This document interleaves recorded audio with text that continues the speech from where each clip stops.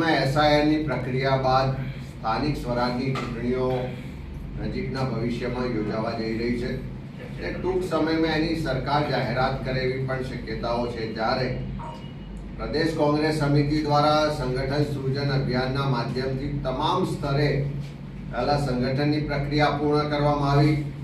જનાક્રોશ યાત્રાના માધ્યમથી ઉત્તર ગુજરાત હોય, મધ્ય ગુજરાત હોય, દક્ષિણ ગુજરાત હોય કે સૌરાષ્ટ્રમાં કિસાન આક્રોશ યાત્રાના માધ્યમથી 50 દિવસની અંદર 5000 કિલોમીટર કરતાં વધારે આ યાત્રા આખા ગુજરાતમાં ભ્રમણ કર્યું અને જે રીતે પ્રજામાં સરકાર સામેની નારાજગી છે, જે ચારે તરફ ભ્રષ્ટાચાર છે, ગેરવહીવટ ચાલે છે, જે અન્યાય ને શોષણનું શાસન ચાલે અને એમાં પણ ખાસ કરીને સ્થાનિક સ્વરાજની સંસ્થાઓ એટલે ભારતીય જનતા પાર્ટીના ભ્રષ્ટાચારનો એનો અડ્ડો બનાવી દીધો હોય એવી સ્થિતિનું નિર્માણ છે।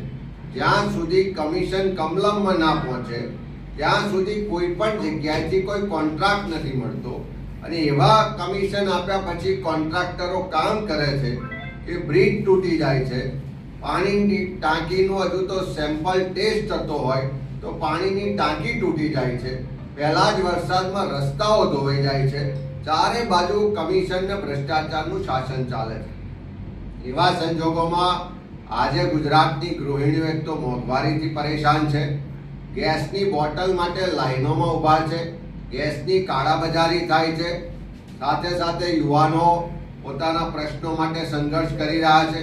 આજે ગુજરાતનું એક કોલેજનું કેમ્પસ ડ્રગ્સનો અડ્ડો બન્યો હોય એવી પરિસ્થિતિનું નિર્માણ છે। ખેડૂતો આર્થિક રીતે પાયમાલ છે, આત્મહત્યા કરી રહ્યા છે। એવા બધા જ વર્ગ વિસ્તારના લોકો જ્યારે હેરાન પરેશાન છે ત્યારે કોંગ્રેસ પાર્ટીએ સ્થાનિક સ્વરાજની ચૂંટણીઓ માટેની તમામ તૈયારીઓ પૂર્ણ કરી છે। અમારા ઓલ ઇન્ડિયા કોંગ્રેસ કમિટી દ્વારા અલગ અલગ આગેવાનોના નેતૃત્વમાં તૈયારીનો ભાગ સ્વરૂપે સંકલન માટે વિવિધ સમિતિઓની રચના કરવામાં આવી છે। Strategy committee, campaign committee, programme implementation committee, election management committee, media અને પબ્લિસિટી સહિતની બધી જ કમિટીઓની રચના કરી અને એ કમિટીઓ દ્વારા અલગ અલગ કામગીરી પર પૂરી તૈયારી કરવામાં આવી છે અને આ બધી જ કમિટીઓની આજે અમારા પ્રભારી આદરણીય મુકુલ વાસનિકજીની ઉપસ્થિતિમાં મિટિંગો લઈ રહ્યા છે। આખા દિવસ દરમિયાન કમિટી દીઠ મિટિંગ થઈ રહી છે। બધા જ સિનિયર આગેવાનો, યુવાનો, કાર્યકરો બધાનો અભિપ્રાય લઈ અને એક સમન્વય સાથે, એક સ્ટ્રેટેજી સાથે આ સ્થાનિક સ્વરાજની ચૂંટણીઓમાં અમે જવા જઈ રહ્યા છીએ। સાથે સાથે આખા ગુજરાતમાં અમે QR કોડના માધ્યમથી મહાનગરોમાં બધા જ લોકોને આહવાન કર્યું છે કે જે જાહેર જીવનમાં કામ કરે છે, પ્રજા વચ્ચે, લોકો વચ્ચે કામ કરે છે, પ્રજાના મુદ્દાઓ લઈને આંદોલન કરે છે, એવા બધા જ લોકો કોંગ્રેસની વિચારધારા સાથે જોડાય અને ચૂંટણી લડવા માંગતા હોય તો QR કોડના માધ્યમથી પણ અરજી કરી શકે છે।